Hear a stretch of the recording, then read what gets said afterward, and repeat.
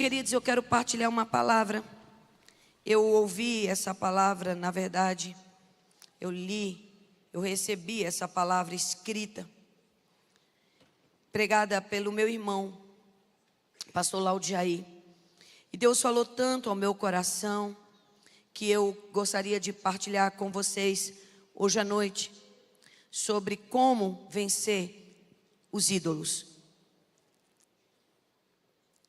No livro de Gênesis, no capítulo 31, versículo 19, a Bíblia fala sobre a história de Raquel, filha de Labão, esposa de Jacó. Quando Jacó resolve voltar e encontrar o seu irmão para reconciliar-se com ele, resolver as coisas, ele quer voltar para o meio do seu povo. Ele se despede do seu sogro. Alguns já conhecem bastante essa história, outros não. Mas nesse momento, em Gênesis 31, versículo 19, a Bíblia conta que quando a família de Jacó está partindo, ele está levando consigo suas duas esposas, seus filhos. Tendo ido Labão, versículo 19 do 31, fazer a tosquia das ovelhas, Raquel furtou os ídolos do lar que pertenciam ao seu pai. Pulando 4 capítulos, eu quero ler também com vocês o 35, 2 e 3. Eles já estavam fora da localização física de onde estavam vindo. A Bíblia conta que o pai de Raquel notou a falta dos ídolos, saiu correndo, foi atrás e disse: saem da minha casa e me roubam. E Jacó disse: morra a pessoa com quem encontrares os teus ídolos. Ele olhou tudo, sua filha estava sentada e tinha colocado os ídolos numa sela de cavalo, abaixo dela. Então ele não localizou os ídolos. E ele volta para sua casa. Mas durante a jornada de Jacó enfrenta uma batalha terrível no meio da sua casa. Capítulos 33 e 34 contam sobre situações que ele não gostaria de ter que enfrentar, como por exemplo, ver a sua filha sendo estuprada e seus filhos vingarem o estupro de uma forma violenta, e isso causar uma guerra no meio da comunidade onde eles estavam. E todo esse tempo os ídolos estavam escondidos com Raquel. Mas quando Jacó chega em Betel, aqui no capítulo 35, nos versículos 2 e 3, a Bíblia diz que Jacó então disse à sua família e a todos que estavam com eles: lancem fora os deuses estranhos que estão aqui no nosso meio. Purifiquem-se, mudem de roupa. Levantemo-nos e subamos a Betel. Ali eu vou fazer um altar ao Deus que me respondeu no dia da minha angústia e me acompanhou no caminho por onde eu andei. Vou ler também o verso 4 para terminar de fazer sentido a história. Então deram a Jacó todos os deuses estrangeiros que tinham em mãos e as argolas que estavam pendendo de suas orelhas. Jacó então escondeu debaixo de um carvalho que estava junto a Siquém. E quando eles partiram dali, verso 5, o terror de Deus invadiu as cidades que estavam ao redor daquele lugar. A Bíblia fala circunvizinhas. E eles não perseguiram mais os filhos de Jacó. Ali a demanda de guerra contra a família dele cessou. Pai, nós estamos aqui nessa noite e pedimos que o Espírito Santo nos presenteie com a revelação da palavra e o fruto para o qual o Senhor envia. Eu creio e recebo, e o povo de Deus diga em nome de Jesus, amém. Queridos, por que será que Raquel leva embora os ídolos do seu pai? De uma forma tão ruim, pecaminosa, que é roubando seu pai. Acreditava-se que aqueles ídolos trariam proteção e prosperidade. Apesar de Raquel perceber que Jacó era um homem diferenciado, que tinha um pacto, uma aliança com Deus. Aliás, o marido dela era o terceiro elemento do patriarcado divino, que nós conhecemos biblicamente como o Deus de Abraão, o Deus de Isaque e o Deus de Jacó. Com certeza aquele marido já tinha falado para Raquel sobre a sua aliança com Deus, as histórias de condução de Deus na sua vida. Mas sabe, meus amados, ouvir alguém falar de uma relação com Deus não nos leva a viver uma intimidade com Ele, uma adoração e uma fé genuína.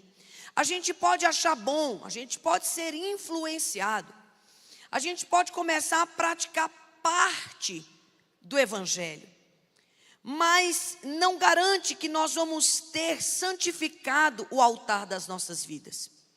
Até aquele momento, Raquel não tinha essa experiência com Deus, que fizesse dela uma mulher que não precisasse levar consigo, ainda mais dessa forma, os ídolos do seu pai. Mas ela o fez.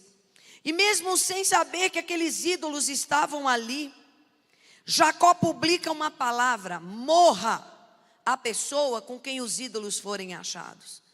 Não foi naquele mesmo dia que Raquel morreu, mas a Bíblia conta que numa sequência curta de tempo, quando ela foi dar à luz ao seu segundo filho, Benoni, em algumas traduções, Benjamim, ela morre, a sua alma desfalece no parto. O decreto que o seu marido ergue a voz para declarar: morra a pessoa com quem estão os ídolos, se cumpre. Deus leva a sério essa questão de fé. Deus leva a sério hierarquias. Deus leva a sério adoração. E uma das coisas que Deus plantou no coração do homem é exatamente o anseio por Deus. Por isso a facilidade que temos de levantar ídolos, percebendo ou não, todos nós temos falsos deuses. É interessante que, se você for ler profundamente a história, a própria Raquel era um ídolo para Jacó. Que homem que trabalha por uma mulher 14 anos, trabalha 7, depois assim de uma maneira fácil, o pai dela enrola ele e ele trabalha mais 7, ele estava obcecado por ela, ele tinha por ela amor, ele tinha por ela paixão, mas ele tinha também por ela um vínculo que era mais forte do que o normal. Ele nem fez questão de pegar uma briga com o seu sogro, dizendo: não, nada de trabalhar 7 anos não, vou casar com a tua filha, vou dar herança a ela, vou dar filhos a ela. Não vem com esse tipo de imposição, não. A paixão por ela deixou ele também enebriado, deixou ele também conduzido por uma história romântica, de trazer para si aquela mulher, a ponto de levá-lo a sacrifícios. Tudo pelo qual você é capaz de sacrificar é ídolo na sua vida e na minha. Jacó sacrificou boa parte daquela juventude que ele tinha naquela época para ter essa mulher ao seu lado. E ela sacrifica então, por idolatrar falsos deuses, a sua própria vida e a condução dessa vida, que poderia ter sido longa, mas foi abreviada pelo pecado cometido por ela e a palavra publicada pelo seu próprio encantador. É interessante porque, passados alguns dias, nós percebemos que o fato de Jacó ter tomado uma postura espiritual muda a trajetória da família toda. Começa a trazer de volta uma presença que eles tinham perdido. Começa a trazer de volta livramentos que eles já não experimentavam. Começa a trazer de volta uma coisa chamada, meus irmãos, ordem. Porque as histórias que eles estavam vivendo eram histórias bem abruptas, histórias realmente que não eram só problemas. Uma filha estuprada não é um problema, é uma desgraça. quando a palavra de Deus nos mostra que todas as vezes que falsos deuses são adorados, haverá também, consequentemente, uma coisa chamada perdas. Se você parar com atenção, à luz da palavra e na revelação do Espírito Santo, você vai fazer uma correlação muito forte. Idolatria, perdas. Perdas, idolatria. Quando nós vamos lendo a palavra, percebemos vários outros exemplos. Um deles, já no Novo Testamento, já com a pessoa de Jesus manifesta na terra, o jovem rico. O jovem rico, ele queria seguir Jesus, tinha um coração sincero, era um cara tão íntegro e disciplinado, que ele foi capaz de afirmar diante do mestre, que ele guardava todos, não parte, todos os mandamentos. Diferentemente de Raquel, que escondeu a idolatria e sofreu a consequência disso, o jovem rico não escondeu, ele preservou. Quando Jesus disse para ele: vende o que tens e vem me seguir, aquela palavra pesou no seu coração. E como o ídolo que o fascinava eram os bens, o dinheiro, ele não seguiu a sua aliança com o mestre. Respostas possíveis à idolatria: escondê-los, preservá-los ou abandoná-los. Vou repetir: escondê-los, preservá-los ou abandoná-los. Um exemplo de abandono dessa idolatria é do apóstolo Paulo. Filipenses 3, 7, 8, se você puder, querido, colocar esse texto aí para mim, por favor.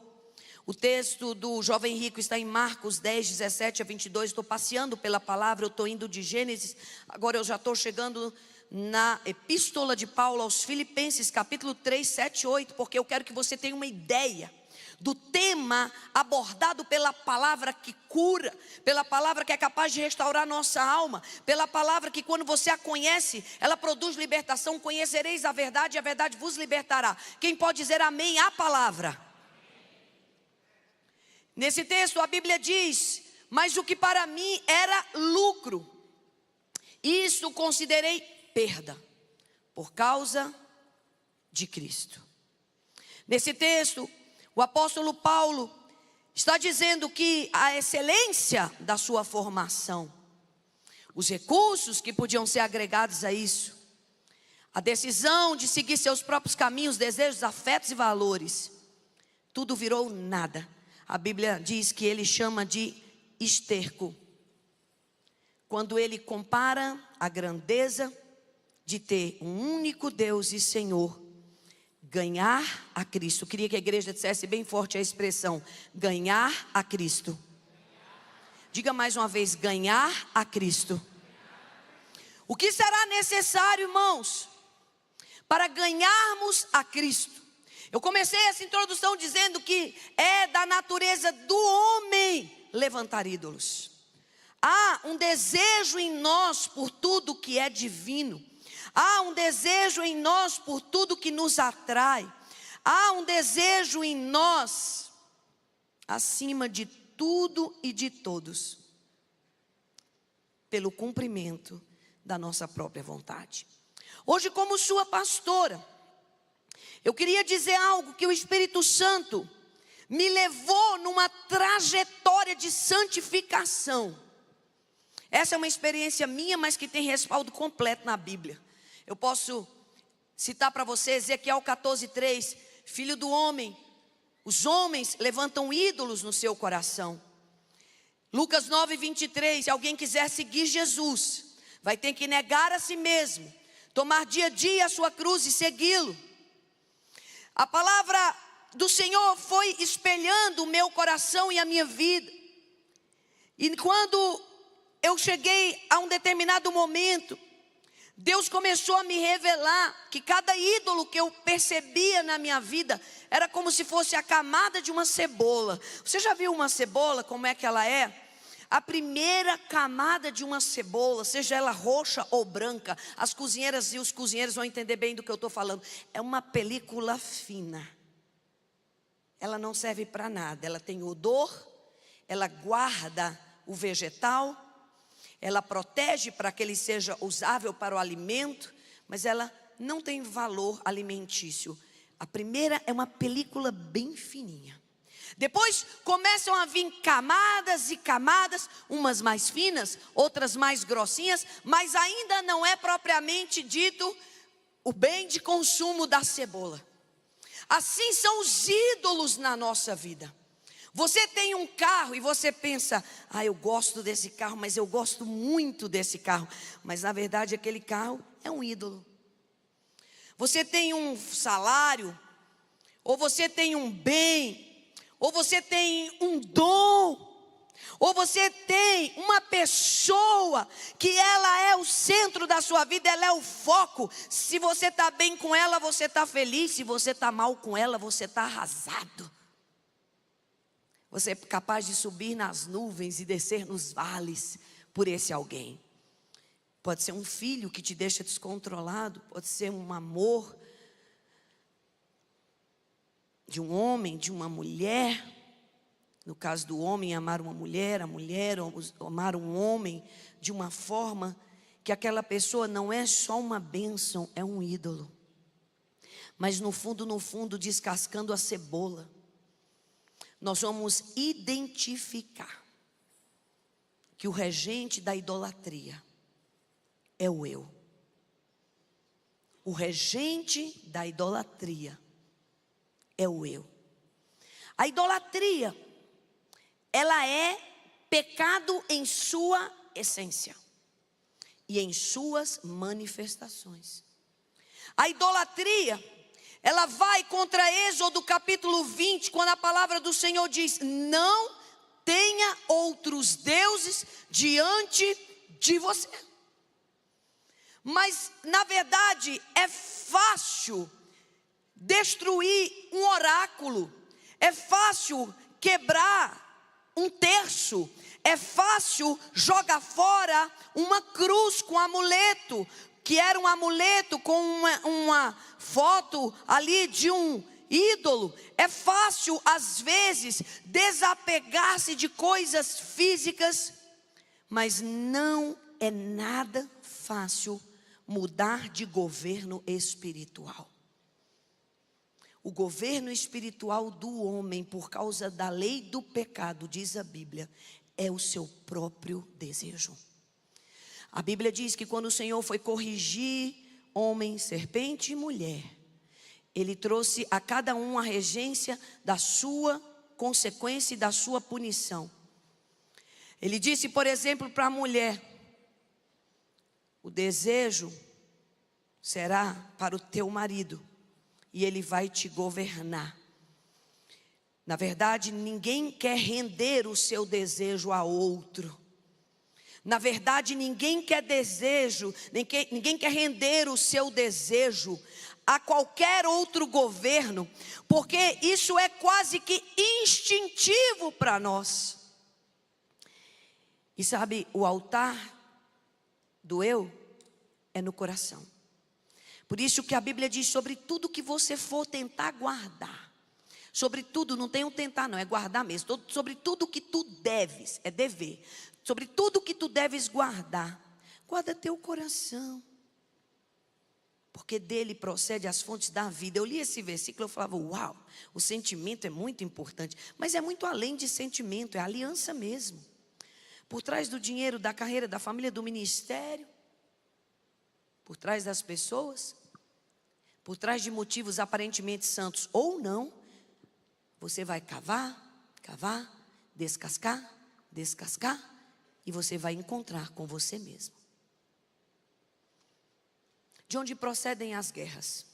Tiago capítulo 4. De onde procedem as contendas? De onde procede esse tanto de intriga? Tiago capítulo 3 também diz assim: onde há inveja, onde há sentimento faccioso, ali tem confusão e toda espécie de coisas ruins. Tudo isso surge do homem reinando em nós. O ser carnal, irmãos, me choca. Não é outra palavra, não consigo usar outra palavra, é choque. No livro de Eclesiastes, quando a palavra do Senhor vem dizendo que tudo que a gente faz em obras, olha isso, é por causa da inveja que temos dos nossos irmãos. Já pensou eu ter que admitir que eu estou aqui hoje pregando que se o meu motivo não fosse santificado, o meu motivo carnal seria invejar pessoas, querer provar o meu valor e por isso tornar-me uma estudiosa da palavra, achar um lugar de brilho, achar um lugar de representatividade, onde mais de 500 pessoas sentam para me ouvir, onde a água é colocada para mim numa taça. Você tem água numa taça aí do seu lado? Você tem 500 pessoas olhando para você e dizendo: pode falar que nós vamos te ouvir, nós vamos respeitar o que você está falando, nós queremos aprender o que você vai ensinar.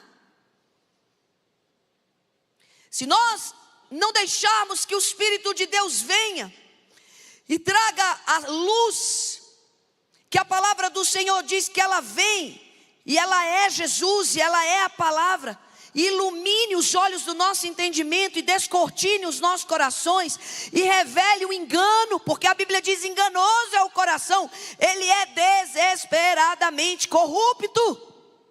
Eu tenho receio de gente que é muito má e eu tenho receio de gente que é muito boa. Por quê, pastor Laujane? Porque as duas pontas são perigosas e revelam o eu no centro.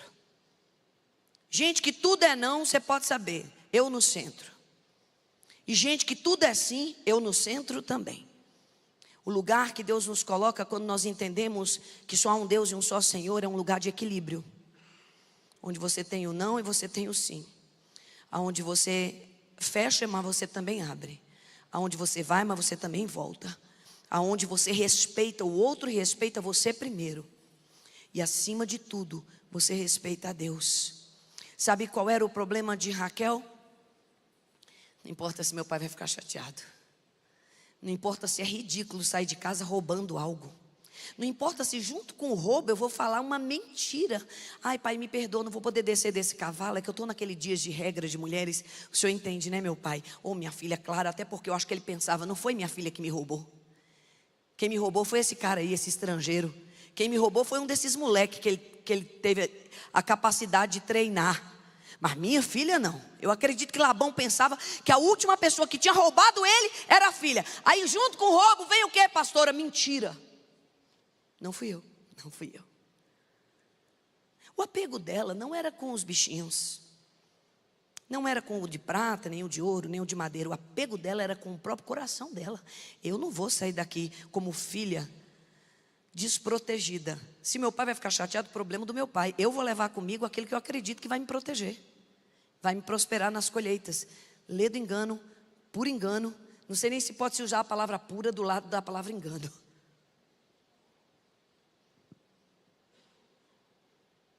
Garanto que Jacó também nunca imaginou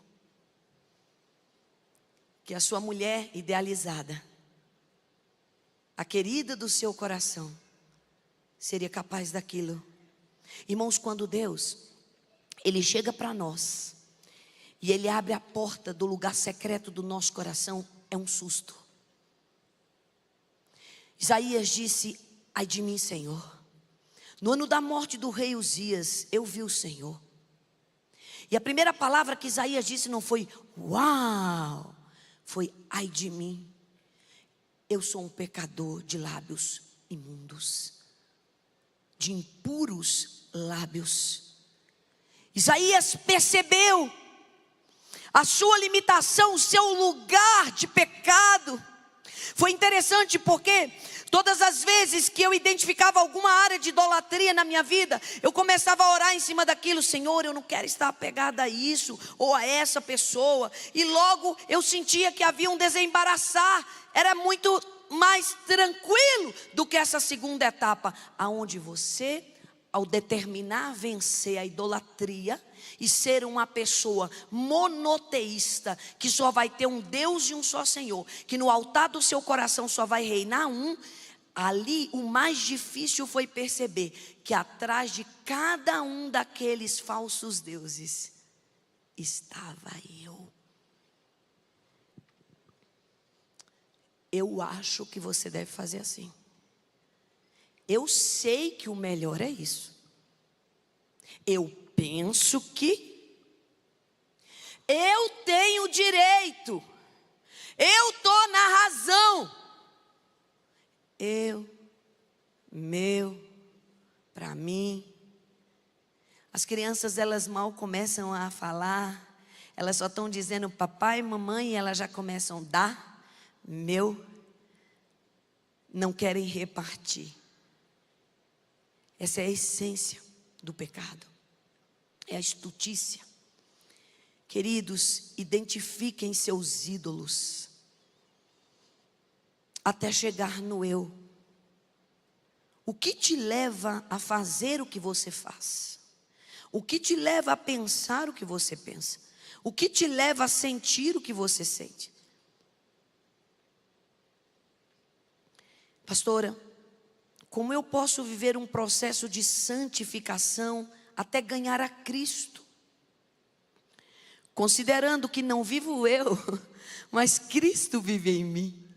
Considerando tudo como perda, se eu puder tê-lo como Senhor e Salvador da minha vida. Se eu puder ver que no altar da adoração só Ele é exaltado. Quem pode dizer amém a essa palavra? Primeiro passo, meu querido, minha querida, que eu tenho praticado e compartilho com você nessa noite. Reconheça que somos ingratos. O que tem a ver, pastora, gratidão ou ingratidão com idolatria, com divindade? Tudo. Toda murmuração que sai da nossa boca, toda lamúria, toda eu estou certo, eu faço. Esses dias uma pessoa chegou e falou: pastor, eu posso falar uma coisa com a senhora? Eu falei: pode. Eu estou chateada demais. Eu falei: meu irmão, o que foi? Não, é porque é o seguinte, olha só, eu dei uma oferta. E sabe o que aconteceu comigo no mês seguinte? Bati o carro. Eu acredito que se Deus tivesse um escritório aberto em Taguatinga, com o nome de acerto, ela iria lá, pastores. Eu vim aqui. Eu quero saber cadê a oferta que eu dei no mês tal de R$200. E por que eu bati o meu carro 2 meses depois? Sabe, queridos, nós sempre achamos que Deus é que está no lucro de nos ter. Sortudo de Deus que eu estou aqui nesse culto hoje à noite. Já pensou? Já pensou? Que bênção para Deus que eu vim. Jesus, eu vou. Logo hoje, Jesus, que quase ninguém vai, eu vou. Você vai ficar feliz, papai? Você vai me dar uma estrelinha?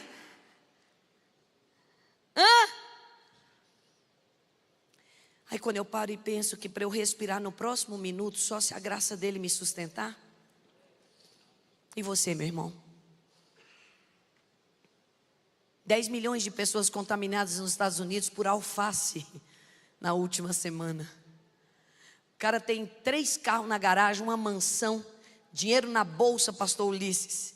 Está aplicando na Nasdaq. E morre de diarreia. Tá?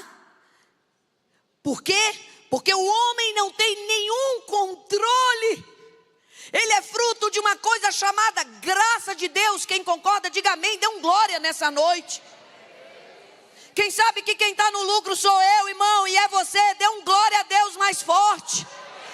Pelo menos cultua a Deus nessa noite. Você veio. Você não veio para a tua missa, você veio cultuar a um Deus vivo, então faça isso. Reconheça e renuncie à ingratidão, meu irmão. Jesus, que privilégio. Eu, além de estar vivo, respirando, com saúde, comi, bebi, tive um agasalho para vestir, caminho com as minhas pernas, meu Pai. Olha aqui, em segundos, mais de 8 bênçãos. Vou voltar para minha casa, se for casado, vou dormir no quentinho.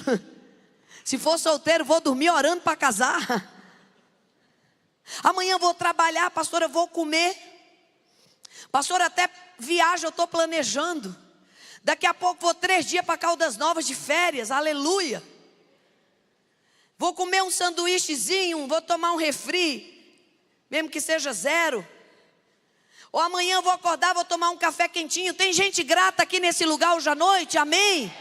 Irmãos, não deveria precisar que pudéssemos ser estimulados à gratidão. A essência de um monoteísta, de alguém que tem Deus como verdadeiro e único Deus da sua vida, tem que ser a gratidão. Meu Deus, que água preciosa, obrigada.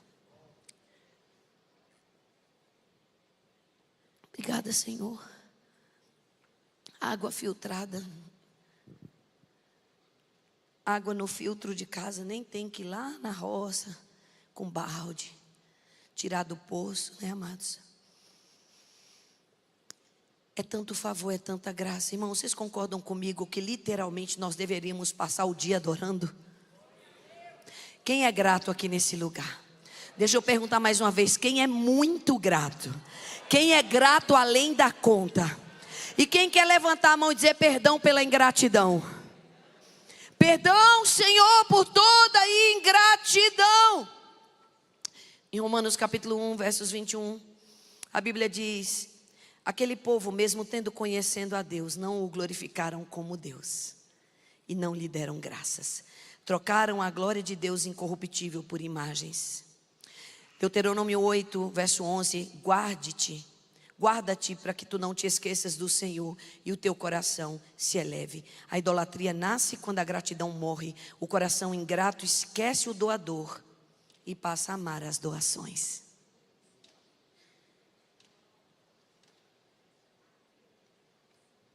Vou falar de novo. A idolatria nasce quando a gratidão morre. O coração ingrato esquece o doador e passa a amar as doações. Abandone, querido, a religião vazia. Depois de você identificar que o verdadeiro ídolo é você, os outros só são suas fantasias, suas capas. Depois de você reconhecer que a ingratidão tem que ser confessada e a essência da gratidão cultivada, renda-se ao verdadeiro Deus. Isaías 29:13: esse povo se aproxima de mim com a boca, mas o coração fica longe de mim. Os verdadeiros adoradores, de João capítulo 4, versos 23 e 24, me adorarão, diz o Pai, em espírito e em verdade. Oséias 6:6: eu quero misericórdia e não sacrifício. Eu quero que conheçam a Deus muito mais do que tragam holocaustos. Deus não está buscando rituais. Ele deseja um coração rendido. No coração monoteísta, no coração onde só há um Deus e um só Senhor, uma das coisas mais claras vai ser isso. É que não tem ritual, mas tem relacionamento. Eu sou mãe de filhos casados agora. Sabe uma coisa que me dá muita alegria, viu? Vou falar porque eles vão ouvir, todos eles. É quando eles chegam a mim e ao Pai de uma forma espontânea. Não precisa a gente prometer algo para eles virem. Não precisa a gente oferecer algo para eles virem. E eu só sou uma pessoa humana. E é tão gratificante quando o outro chega do nada para nada. Eu me lembro que meus pais moravam no Guará e eu já era pastora aqui em Taguatinga. Eu vim para cá quando a Suzana tinha acabado de nascer. Hoje ela está com 31 anos, fez ontem. E eu me lembro que os meus pais moravam no Guará. Eu não lembro, porque naquela época a gente não tinha celular, irmãos. Eu não ligava para celular.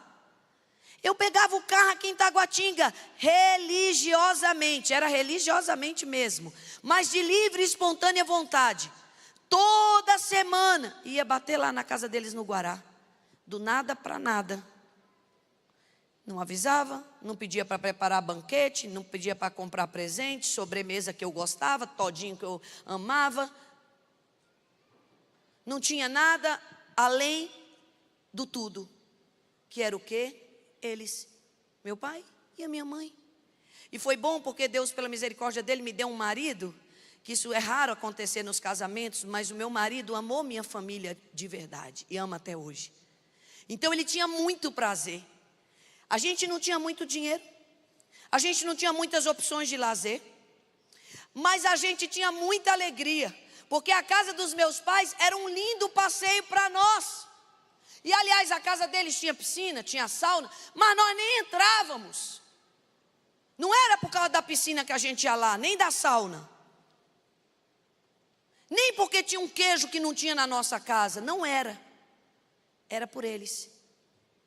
Simplesmente chegar, eu me lembro que tinha uma sala só de sofá, cada um se esticava em um, as crianças ficavam ali no meio rodando, brincando, jogando, fazendo alguma coisa. Naquela época não tinha tela, era um livramento. Ninguém estava em tela, todo mundo estava presente de fato nos lugares. E ali, meu pai, que era um cara super conversador, né, mãe? Começava, e aí, filhos? E aí, pai? Como estão as coisas? Está tudo bem. E as crianças também. E assim, assado e tal. E o que vocês estão pensando da vida nesse sentido? Aí começava as resenhas, resenha do nada para nada. Ali era uma tarde conversando. Aí, de repente, eu pensava assim, acho que eu estou com fome. Aí meu pai falava, que isso? Vai na padaria, meu filho. Vou, meu sogro. Traz um lanchinho lá para nós. Ele ia. Comprava um pão na esquina, um queijo de presunto, uma mortadela, que a gente sempre gostou, mas paramos de comer, não pode. Faz mal, embutidos. Ô, gente, tanta coisa que eu gostava agora faz mal. E ali nós estávamos. Eu fico pensando, que prazer que Deus deve sentir quando você chega e Deus diz, e aí, meu filho? Oi, meu pai, que posso fazer por você hoje? Não, eu só vim mesmo pela resenha.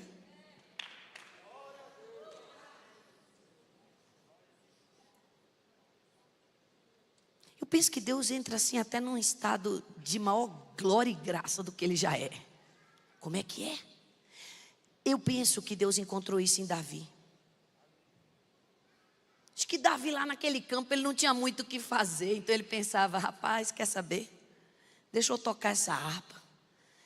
Tem eu, Deus e os bichinhos, pequenos e grandes. Então vamos embora, vamos cultivar essa relação. Davi não ficava orando, me dá uma esposa, me dá um palácio, me dá uma mansão, me dá mais 100 mil ovelhas. Não ficava pedindo para Deus para investir em dólar. Ele tinha prazer na presença de Deus. Para ele o sol nascer era uma conquista, a lua vinha era outra. As ovelhas dormirem bem, nenhum lobo apareceu. Se aparecer ele matar com a lança dele, estava tudo bem. Ouve, ó Israel, o Senhor Deus é o teu único Senhor. Amarás, pois, a Deus de todo o teu coração. Se nós como humanos sabemos identificar o que é uma relação de amor e o que é uma relação de interesse, Deus também sabe. Pastor, você crê que Deus não tem prazer que a gente tenha interesse nas bênçãos? Não, Ele tem prazer que você tenha interesse nas bênçãos. Mas Ele também quer, e Ele quer em primeiro lugar, que você o ame. Busca em primeiro lugar uma coisa chamada reino de Deus e a justiça dele, e tudo mais te será acrescentado. Essa semana eu fui dar uma voltinha, aí meu esposo falou, meu bem, escolhe uma jaqueta. Aí eu falei, tá bom, eu vou escolher uma jaqueta. E aí eu levei duas para o caixa. Aí eu falei, eu ainda estou pensando. Antes de chegar a minha vez, eu digo qual é a jaqueta que eu quero. Ele, não, pode levar as duas. Está na promoção. Ele é generoso, pode levar as duas. Aí eu, amor, muito obrigada então. Aí eu paguei. Mas quando eu paguei, meu coração se encheu de amor por alguém. E aí me deu um desejo tão grande de que aquela jaqueta fosse daquela minha amiga. E aí eu falei, amor, você se importa se eu der essa jaqueta para fulana? Aí ele falou, não, por quê? É aniversário dela? Eu falei, não, não é não. Ela me tem feito bem. Quando alguém te fez ou te faz bem, você tem prazer. Quando Deus percebe que nós estamos ali com um coração quebrantado. Ah, meu irmão, não vai ser só uma jaqueta não, toda sorte de bênçãos espirituais nas regiões celestes em Cristo Jesus, destinados à tua vida. Você crê e pode dar um glória? Você pode aplaudir esse Deus bondoso, misericordioso, ao único e verdadeiro Deus. E eu quero terminar essa palavra, filhos. Eu gosto de dizer, irmãos, tem mensagem que é para um dia. Tem mensagem que é para uma vida. Essa aqui é delas. Carrega com você. Você não vai lembrar de tudo que a sua pastora falou, mas o Espírito Santo vai te fazer lembrar de muitas coisas.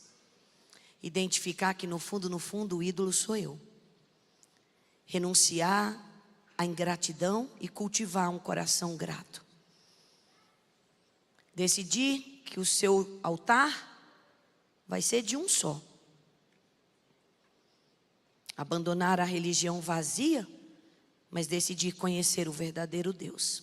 E em último lugar, apaixonar-se por Ele e cultivar esse amor diariamente. Que mais tenho eu, Senhor, no céu? Perguntou o salmista. Não há outro em que eu tenha tanto prazer nessa terra. Permanecei em mim, porque sem mim nada podeis fazer. Que o vosso prazer esteja na lei do Senhor, e na sua lei meditem de dia e de noite. Que habite ricamente em nós a palavra de Cristo. Que sirvamos a Deus de modo agradável, com reverência e santo temor. Eu não estou citando as referências, porque são mais de 10. Mas eu só estou falando Bíblia. Apresente até o seu corpo a Ele como um sacrifício vivo, porque isso é um culto racional. Vinde, igreja, e adoremos, e prostremo-nos, e ajoelhemo-nos diante do Senhor que nos criou.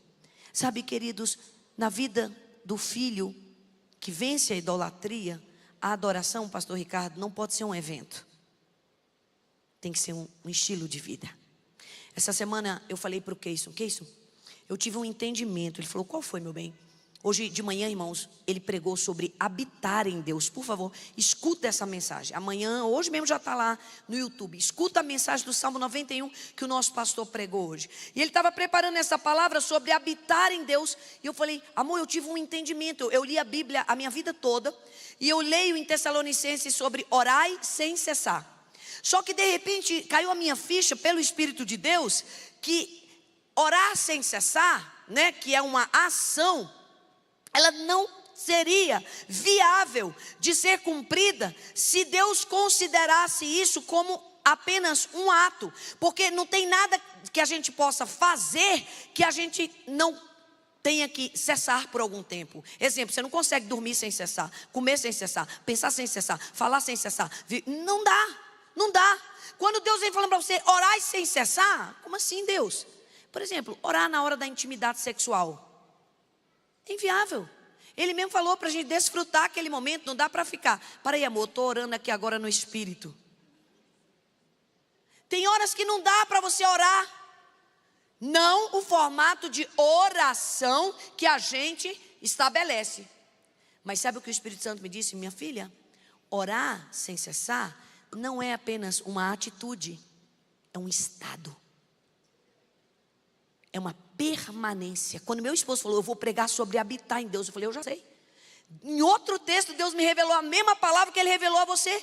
Você vai pregar em habitar em Deus no Salmo 91, e eu estou com a rema de orar sem cessar, estar em Deus. O que é orar sem cessar? É uma comunhão on, o tempo todo. É a bateria on, o tempo todo. Você simplesmente está dormindo e a Bíblia diz, o Senhor está ensinando o teu coração. Você está dormindo e Ele está velando por você. Você tem um sonho e o sonho não é um pesadelo, nem uma encheção de barriga. O sonho é uma coisa chamada revelação. Sabe o que é isso?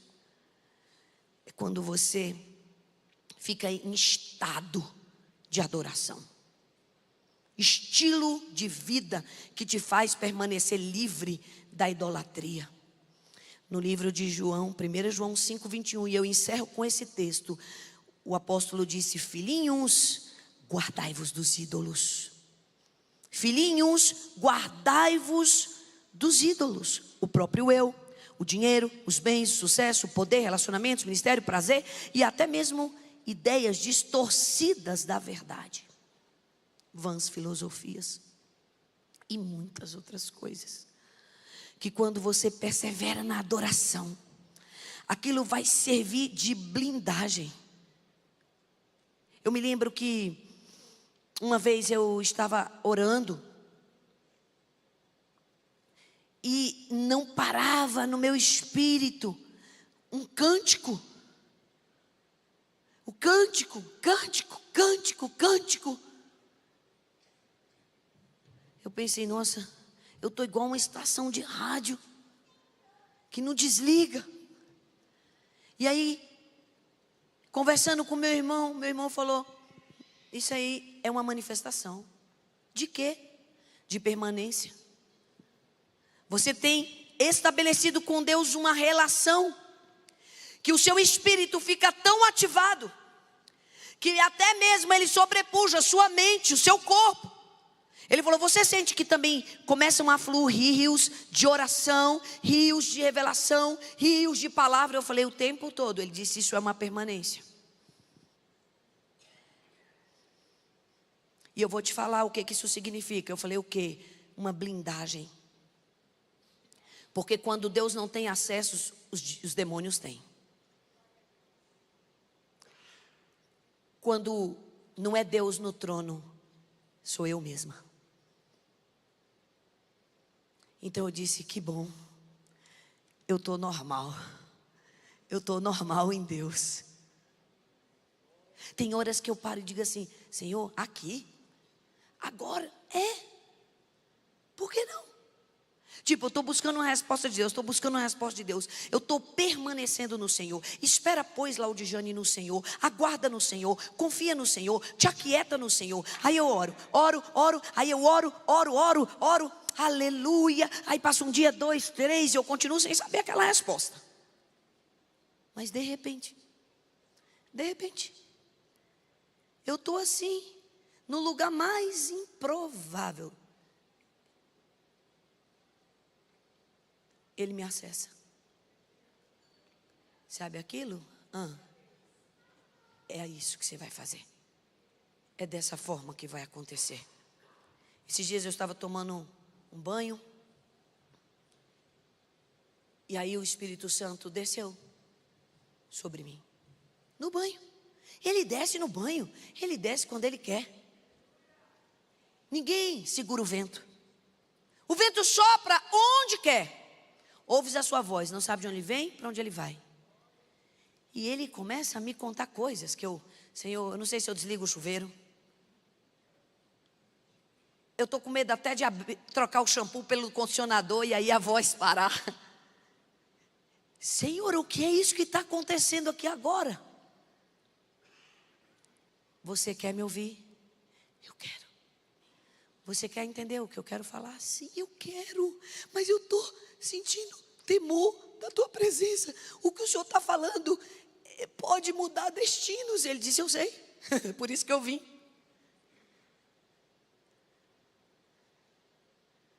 Níveis de revelação que você só vai entender quando ele for santificando o altar. E quando ele puder dominar o teu eu. Eu hoje entendo. E agora sim, eu prometo, eu vou terminar. Quando a Bíblia diz: tende em vós o mesmo sentimento que houve em Cristo Jesus. Tende em vós o mesmo pensar da mente de Cristo, sentir de Cristo, viver de Cristo, falar de Cristo. Como que isso é possível? Com Cristo. Cristo vivendo como único Deus e Senhor nas nossas vidas. Por favor, fique de pé no seu lugar. Filhinhos, guardai-vos dos ídolos.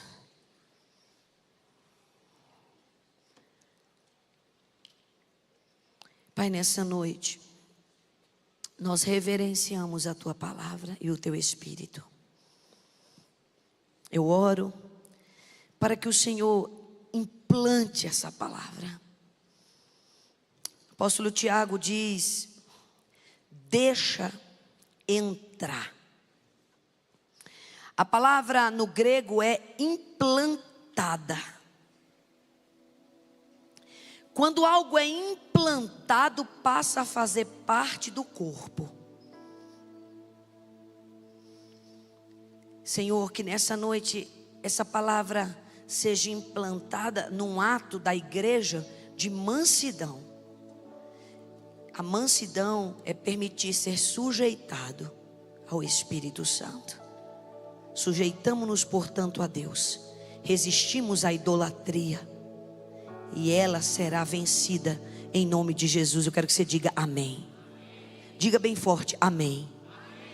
Pai,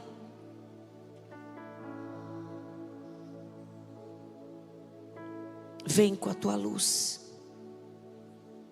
Levanta sobre nós a luz do teu rosto. Queria que ninguém abrisse os seus olhos por um minuto.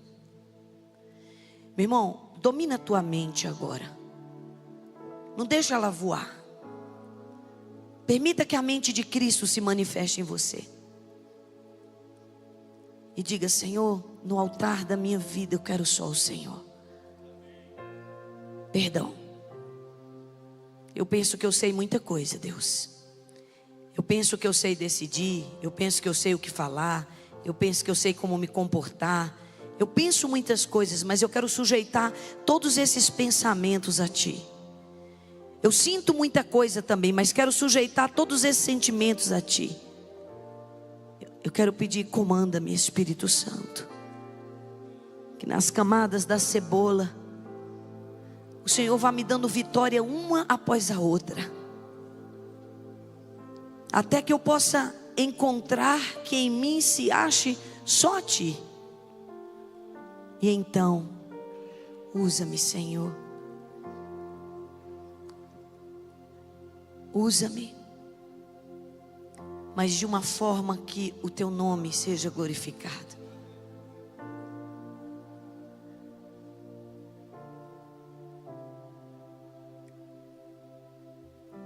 Deixe o Espírito Santo acomodar essa palavra. Filhinhos, guardai-vos dos ídolos.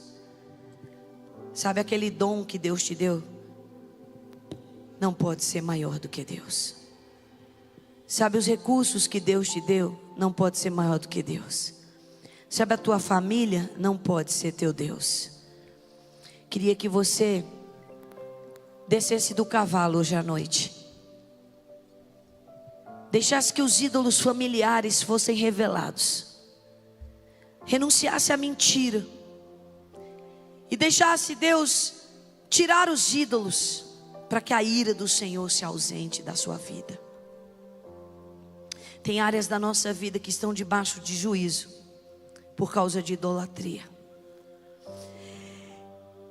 Preparando essa palavra, o Espírito Santo falou para mim: filha, tem idolatrias que são carregadas nas gerações. Os avós idolatraram, os pais idolatraram, os filhos idolatram e os netos vão idolatrar. Se alguém não se levantar como Jacó e disser: tragam meus ídolos, eu não vou aceitar isso mais nessa casa. Nós vamos levantar um altar de adoração a Deus. Tragam meus ídolos. Se você percebe que tem áreas de debilidade e pecado que acompanharam as suas gerações e tem encontrado força na tua vida, eu já disse e comecei essa mensagem dizendo: onde tem perda tem idolatria. Onde tem idolatria vai ter perda. Peça perdão, peça graça. Não pense você que isso é o ato de 30 segundos. Isso é uma decisão hoje, de novo amanhã, até que em mim se ache só a Ti, Senhor. Até considerar tudo como perda, por ganhar a Cristo. De olhos fechados, eu quero perguntar, queria que ninguém se movimentasse agora. Você quer nascer de novo hoje, meu filho? Você quer nascer de novo hoje, minha filha? Você quer entregar a sua vida a Jesus? Pastora, eu não tenho outra religião, mas eu tenho vivido uma vida à minha maneira. E hoje eu entendi pela palavra que eu preciso viver uma vida à maneira de Deus. Eu quero entregar a minha vida a Deus. Eu quero receber Jesus como o único e suficiente Salvador. Ou talvez você já entregou, mas hoje você sente e reconhece pelo Espírito Santo que esse altar tem que ser limpo e você quer se reconciliar. Me deixa orar por você. Aí onde você estiver, essa é a nossa última oração. Levanta sua mão bem alto, me deixa abençoar a sua vida. Me deixa orar por você nessa noite. Deus te abençoe, meu filho. Deus te abençoe, meu filho. Deus te abençoe lá atrás. Faça um sinal bem alto. Deixa eu ver sua mão levantada. Deixe Deus ver sua mão levantada, meu querido, minha amada. E sabe, hoje nós falamos sobre humildade, né? Sobre gratidão, sobre reconhecer nossa necessidade de Deus. Então eu quero te pedir uma coisa, meu querido, minha querida. Você que está com a mão levantada, dê a Deus a honra que Ele merece. Vem aqui nesse altar. Sai do seu lugar. Vem aqui. Vem aqui como um ato de reconhecimento da sua necessidade de Deus. Pastor, eu tenho vergonha. Tenha não, porque Jesus morreu despido e foi dilacerado e morreu na cruz em teu lugar, sem temer nada, por te amar. Então saia do seu lugar, porque quem está no lucro sou eu. Quem está no lucro é você. Quem está no lucro somos nós. Você não pode sair daqui hoje sem redenção, salvação, libertação, cura, reconciliação, vitória sobre os ídolos e sobre você mesmo.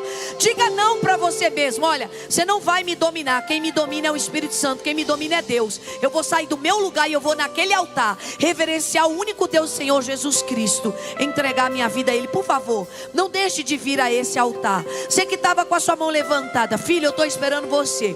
Filha, eu estou esperando você. Venha ao altar do Senhor. Sonda-me, Senhor, e me conhece. Quebranta o meu coração. Você pode adorar junto comigo ao Senhor? Transforma-me conforme a tua palavra e enche-me até que em mim se ache só ti. E então, essa é a segunda oração que eu quero fazer hoje. Pessoas que querem ser cheias do Espírito Santo, esvaziadas de si mesmo, esvaziadas de si, tocadas de uma forma diferenciada nessa noite. Mesmo aí no seu lugar, abra os seus lábios. Lembre-se que há um Deus, um só Deus, um só Deus, um só Deus, um só Deus, um só Deus, um só Deus, um só Senhor, o qual é Pai de todos e é sobre todos, e a Ele nós adoramos. Em qualquer hora e em qualquer lugar, eis aqui a minha vida, usa-me, Senhor, usa-me. Queria que a gente terminasse assim. Coloque a mão no seu coração. Sonda-me, quebranta-me, transforma-me e enche-me e usa-me. Mais uma vez, só a igreja. Sinta cada palavra como uma entrega.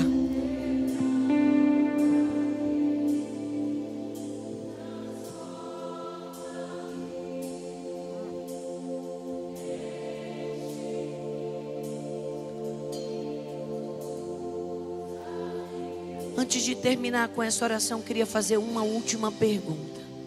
Quantos, em fé, reconhecem a Jesus como seu único e suficiente Salvador e Deus da sua vida, e querem nessa noite dizer: Senhor, que no altar da minha vida não esteja eu e nem os falsos deuses, mas esteja o Senhor. Levante a sua mão onde você está. Você que é a igreja de Jesus, você que tem o Espírito Santo. Eu queria, meu amado, mas eu não posso tomar essa decisão por você. Quem tem que liberar a limpeza do altar é você. Quem tem que liberar a limpeza do altar é você. Sonda-me, quebranta-me, transforma-me, enche-me e usa-me. Aí nós vamos dizer juntos essa palavra, ó. Sonda-me, transforma-me, enche-me, usa-me. E qual é a última palavra da música? Enche-me e usa-me. Qual é a última palavra? Senhor. Um único Deus e um só Senhor. Vamos juntos? Sonda-me. Devagarzinho para você entender. Quebranta-me, transforma-me, enche-me e usa-me. Os dois braços levantados agora. Agora é um ato de entrega. Deus, quando nós declararmos como igreja essa palavra, vinda lá do rio de Água Viva, Senhor, o Senhor vai estabelecer o teu altar em nós. O altar ao único Deus, Senhor Jesus Cristo. E usa-me.